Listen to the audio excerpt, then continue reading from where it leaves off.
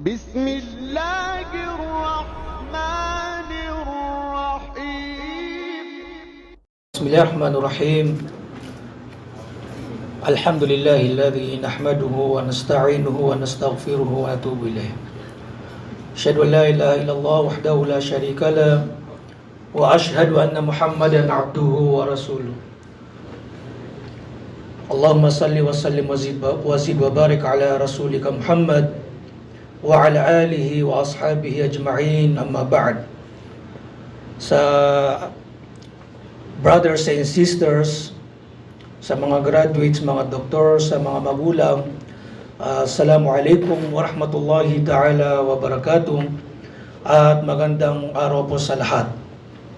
Alhamdulillah, una sa lahat, maraming salamat sa inyong pag-imbita sa akin bilang speaker sa pagtitipon na ito, na dalangin ko kay Allah subhanahu wa ta'ala na lagyan niya ng barakah. Kaya natin sinasabi yung barakallahu fikum, although tinatranslate natin sa Tagalog na pagpalain nawa kayo ni Allah subhanahu wa ta'ala, pero mas malalim pa ang diwa o kahulugan ng barakah. Ibig sabihin, naway lagyan ni Allah subhanahu wa ta'ala ng barakah ang inyong profesyon, ay pagpalain nawa ni Allah subhanahu wa ta'ala, patnubayang kayo nawa ni Allah subhanahu wa ta'ala sa inyong tinatahak, at magamit nyo ito sa kaluguran ni Allah subhanahu wa ta'ala. Isa yun sa mga diwa ng panalangin ng barakah. So alhamdulillah, pangalawa, Mubarak, congrats sa inyong mga graduates, mga doktor na mga Muslim at mga Muslima.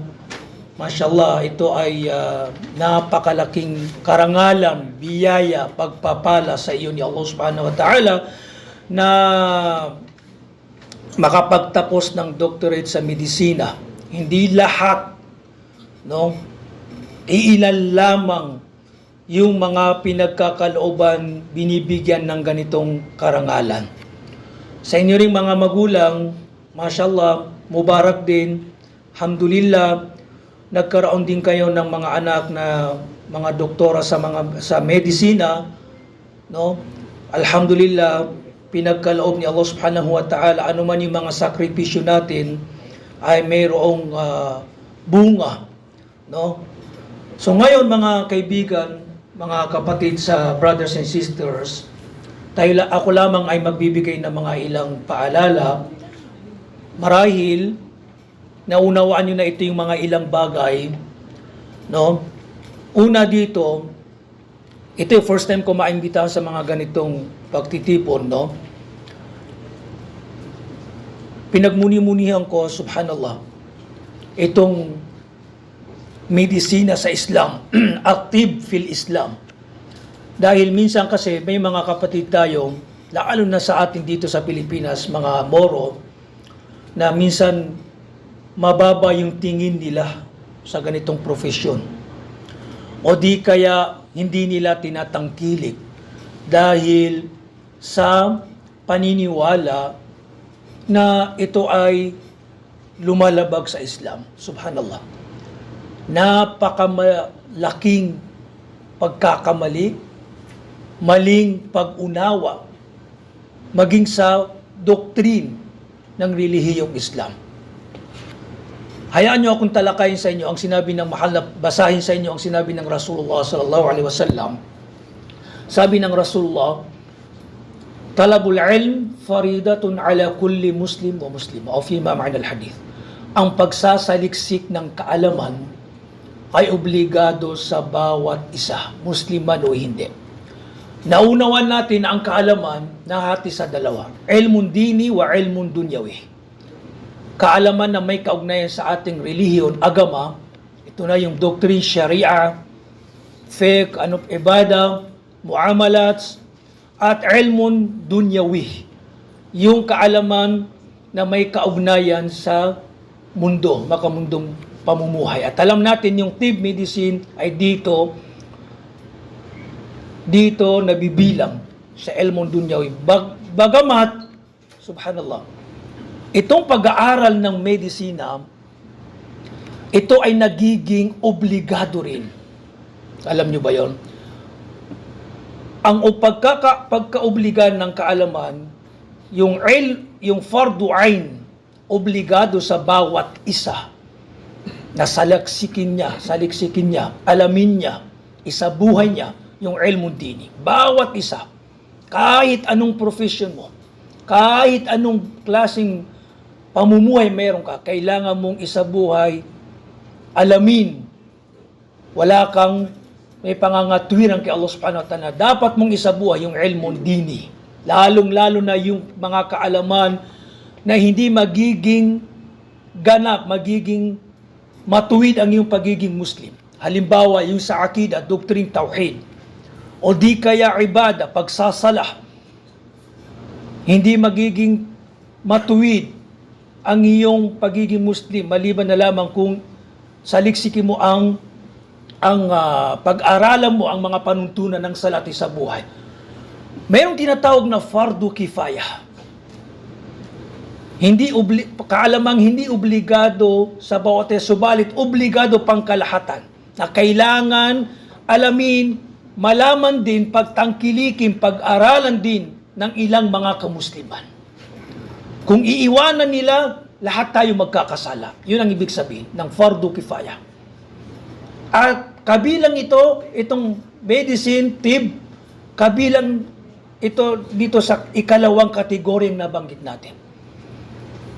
Na masasabi natin fardu kifaya. At kami ay nagpapasalamat sa inyo, subhanallah. Sa totoo lang. Tayong mga Muslim, mga Moro, kami ay nagpapasalamat sa inyo na mga doktor sa medisina na, mashallah, ginampanan nyo itong obligasyon na pag-aralan ang medisina. At itong tayo ditong mga Muslim sa Pilipinas, mas higit tayong nangangailangan sa larangan na ito. Higit tayong nangangailangan sa larangan na ito. Lalong-lalo na dito sa ating sa Pilipinas na minana natin yung Islamophobia, na mababa yung tingin sa atin ng mga Muslim. Subalit kapag dumarami yung mga doktor sa atin na mga Muslim o mga Muslima, tumataas yung pagtingin nila sa atin. Hindi mababa yung pagtingin, tumataas yung pagtingin nila sa atin. Na naunawaan nila na ang Islam tinatangkilik din kabilang sa katuruan ang medisina. Bagkus ito ay fardu kifaya. Fardu kifaya. Kahit yung mga naunang mga scholar, higit nilang binigyan diin ang medisina. At meron silang tinatawag na prophetic medicine. Si Imam Shafi'i rahimahullah ta'ala, alam natin ito yung imam na ating sinusunod at ating madhab dito sa Pilipinas.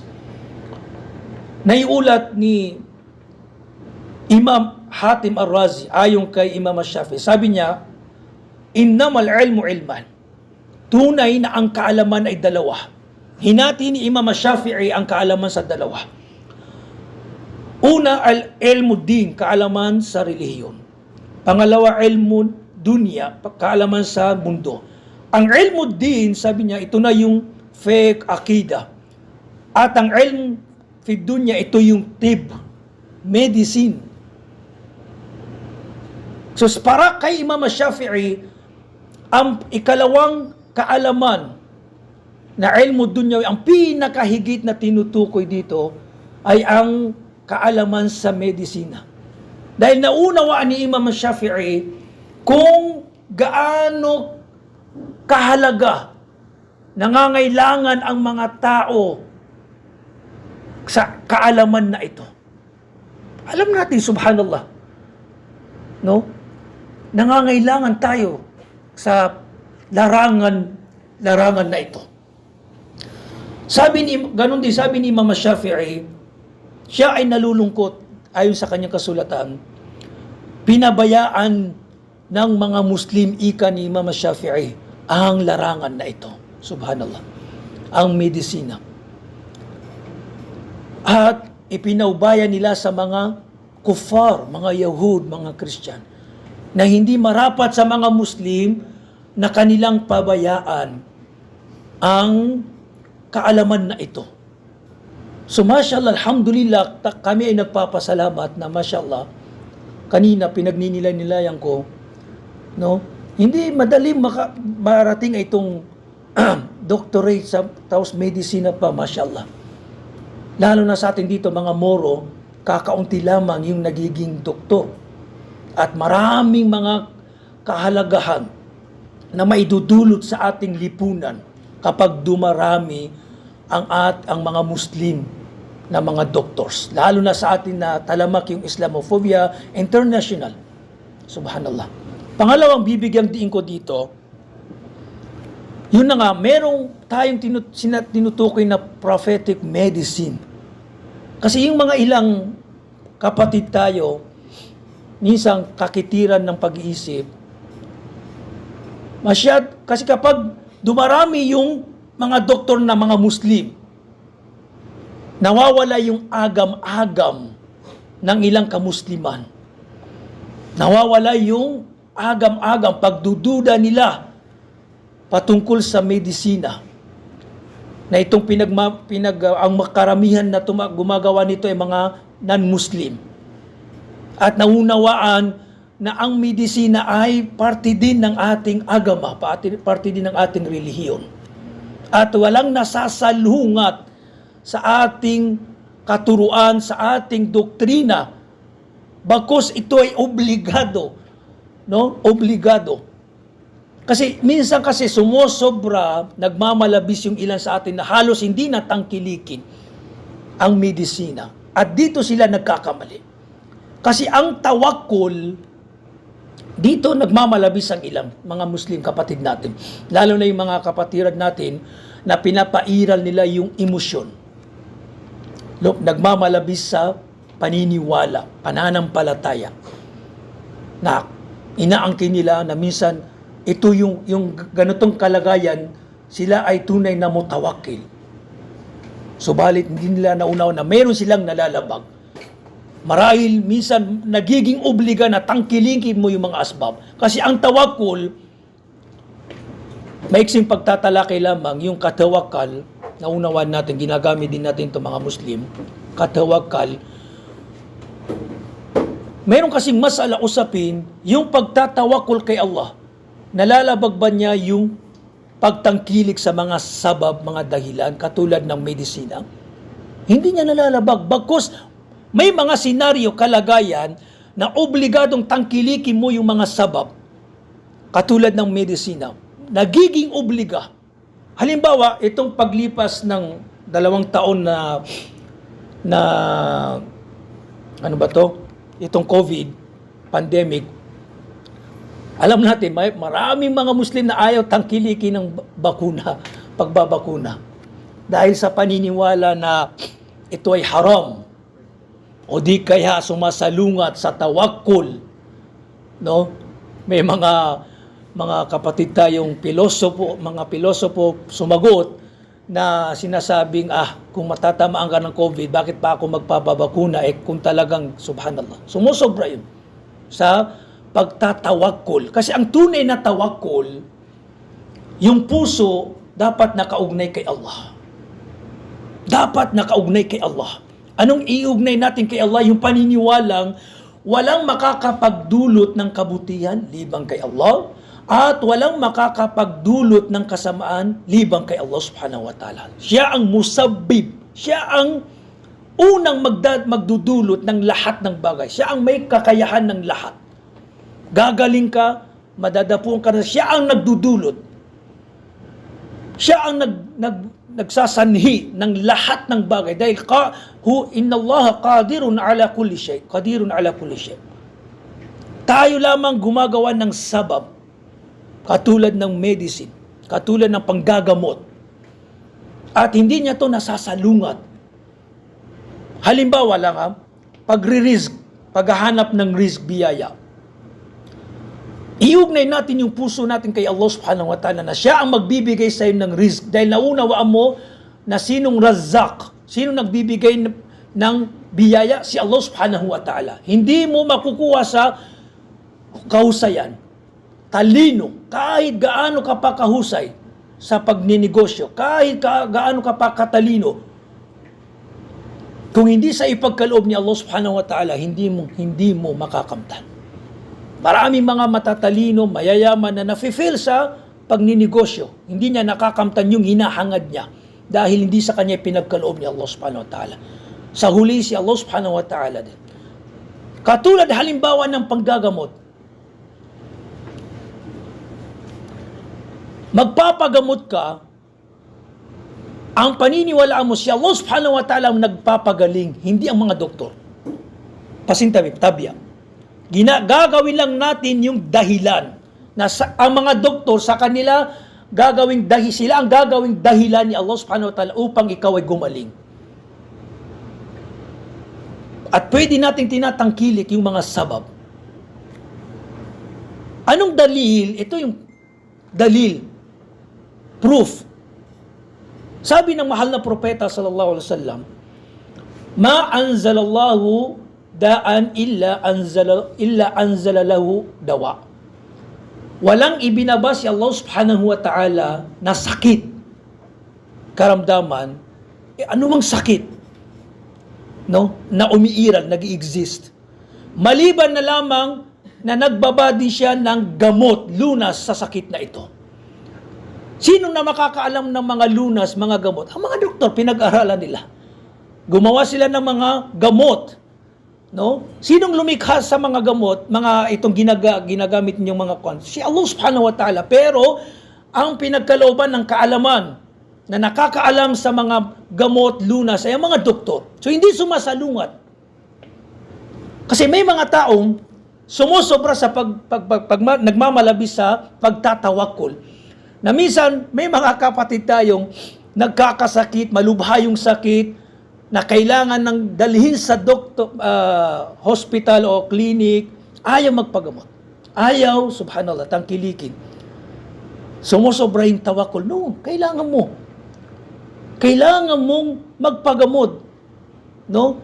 Walang problema pumunta sa mga doktor. Basta pinaniniwalaan mo na si Allah subhanahu wa ta'ala ang higit na magsasanhi na ikaw ay gumaling at yung pagpunta mo sa mga doktor ay sabab lamang, dahilan lamang. Sabab lamang, dahilan. Hindi niya nasasalungat yung tawakkul, pananalig kay Allah subhanahu wa ta'ala. Basta yung puso mo mapanatag yung paniniwala mo kay Allah subhanahu wa ta'ala na ang lahat ng nangyayari, mabuti man o masama, sino nagsasani si Allah subhanahu wa ta'ala. Halimbawa, sumasakit ang ulo natin. Iinom ka ng gamot, paracetamol, medical. Walang problema. Walang problema. Ito'y pinahintulot. Ngunit iinom tayo, ang isang Muslim, iinom ng gamot na ang kanyang paniniwala sa kanyang pag-inom ng gamot, ito ay sabab, dahilan lamang. Iinom ako ng gamot na, ya Allah, naway gawin mong dahilan ang medical na ito upang mawala ang sakit ng ulo. Dahil naniniwala ka na ang magpapagaling sa'yo, ang pinakamusabbib, magdudulot na upang ikaw ay gumaling mula sa ano pa mang sakit ay si Allah subhanahu wa ta'ala.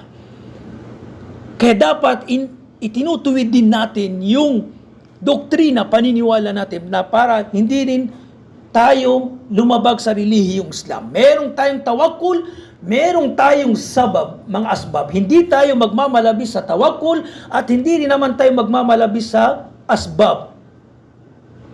Na tatangkilikin na natin yung mga sabab na magdudulot na mawawala yung pagiging Muslim, pagiging mu'min natin, yung ugnayan natin kay Allah subhanahu wa ta'ala. Dapat wasat, nasa gitna.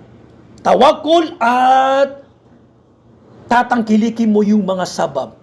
Kung merong mga senaryo, kalagayan na kailangan mong tangkilikin, halimbawa katulad ng medisina, ay dapat mong tangkilikin mas o di kaya mas nagiging obliga katulad ng aking nabanggit sa inyo.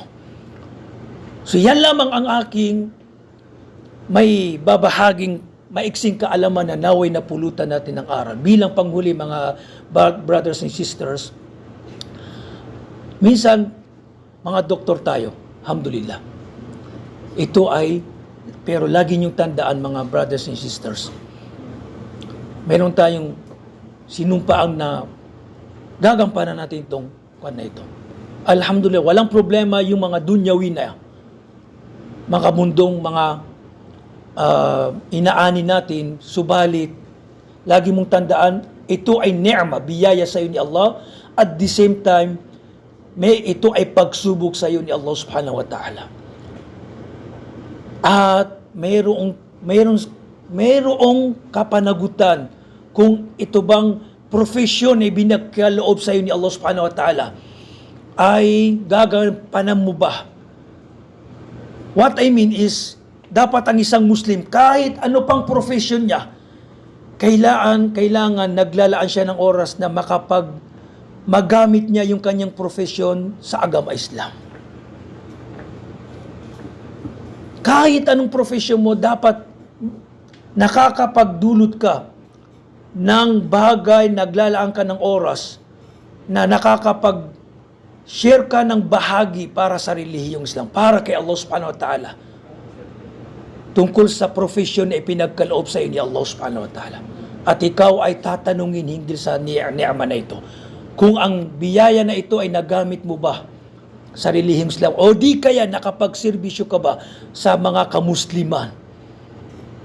Nakagawa ka ba ng isang bagay na na-share mo, nailaan mo para kay Allah subhanahu wa ta'ala, para sa agama Islam? So maraming salamat, pagpalain nawa kayo ni Allah subhanahu wa ta'ala. Ang dalangin ko kay Allah subhanahu wa ta'ala na mashallah, patnubayan kayo, gabayan nawa kayo ni Allah subhanahu wa ta'ala, at lagyan niya ng baraka ang inyong profesyon. Pangalagaan nawa kayo ni Allah subhanahu wa ta'ala. At ako personally, malaki yung paghahanga ko sa mga katulad ninyo, na naway magamit ninyo ang inyong profesyon para sa kamusliman at dumami pa yung mga katulad ninyo. Mashallah. So maraming salamat po at congrats din sa mga magulang. Maraming salamat sa inyong pag-imbita sa akin. Ako ang inyong lingkod na si Abu Hanin Ibn Abdullah, wa akhiru da'waya alhamdulillah, wassalamu alaikum wa rahmatullahi ta'ala wa barakatuh.